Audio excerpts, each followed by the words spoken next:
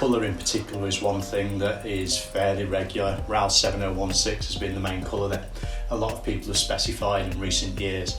But probably the main one that I've seen is in relation to the sourcing of timbers, and particularly hardwood timbers, which is probably the most popular choice of timber that we use in construction for street furniture.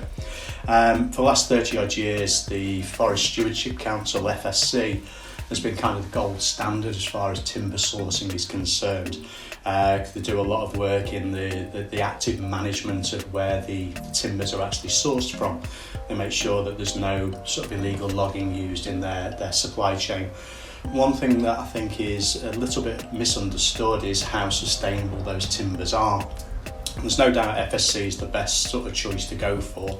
We also use PEFC, but hardwoods aren't sustainable. They come from tropical rainforests and they take a long time to grow to get to a point of maturity where they can actually be logged. The best, most sustainable option as far as timber is always going to be softwoods. There's no doubt that because it grows much quicker, it's much easily replenished, so it is a more sustainable option. The issue with that is that typically they won't last as long once they've been used as part of street furniture for a bench, for example. Other materials though that can be used is we've started using domestically sourced thermo-modified ash, which is a number of different timbers that can be, they go through a heat process to change it to be more rigid and harder, so it will last longer.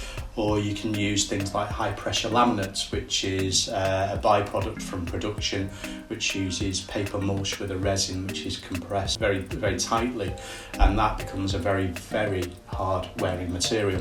Further to that though, kind of the next generation of materials that we'd be looking at are things like hempwood, which is very, very sustainable, or even bamboo, which is readily available, grows very quickly.